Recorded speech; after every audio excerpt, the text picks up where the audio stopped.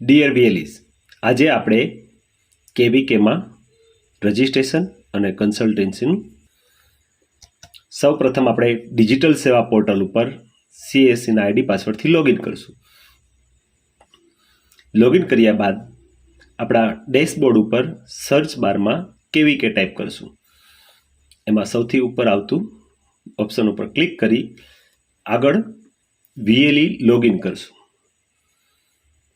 એમાં crop health card ઉપર click કરશું. એમાં 4 ઓપ્શન આવશે: farmer registration, crop registration, farmer detail અને કન્સલ્ટિંગ સાયન્ટિસ્ટ.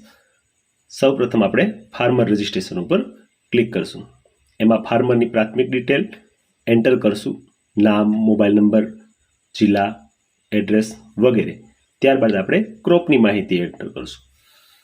ક્રોપની માહિતીમાં ક્રોપની બધી વિગત એન્ટર કર્યા બાદ આપણે જેવું સબમિટ આપશું, આગળ આપણને ફાર્મરના પેમેન્ટ માટેનું ઓપ્શન આવશે. વોલેટ પિન અને પાસવર્ડ નાખ્યા બાદ સક્સેસફુલી રજિસ્ટ્રેશન થઈ જશે. ત્યારબાદ આપણે કન્સલ્ટિંગ સાયન્ટિસ્ટમાં જશું.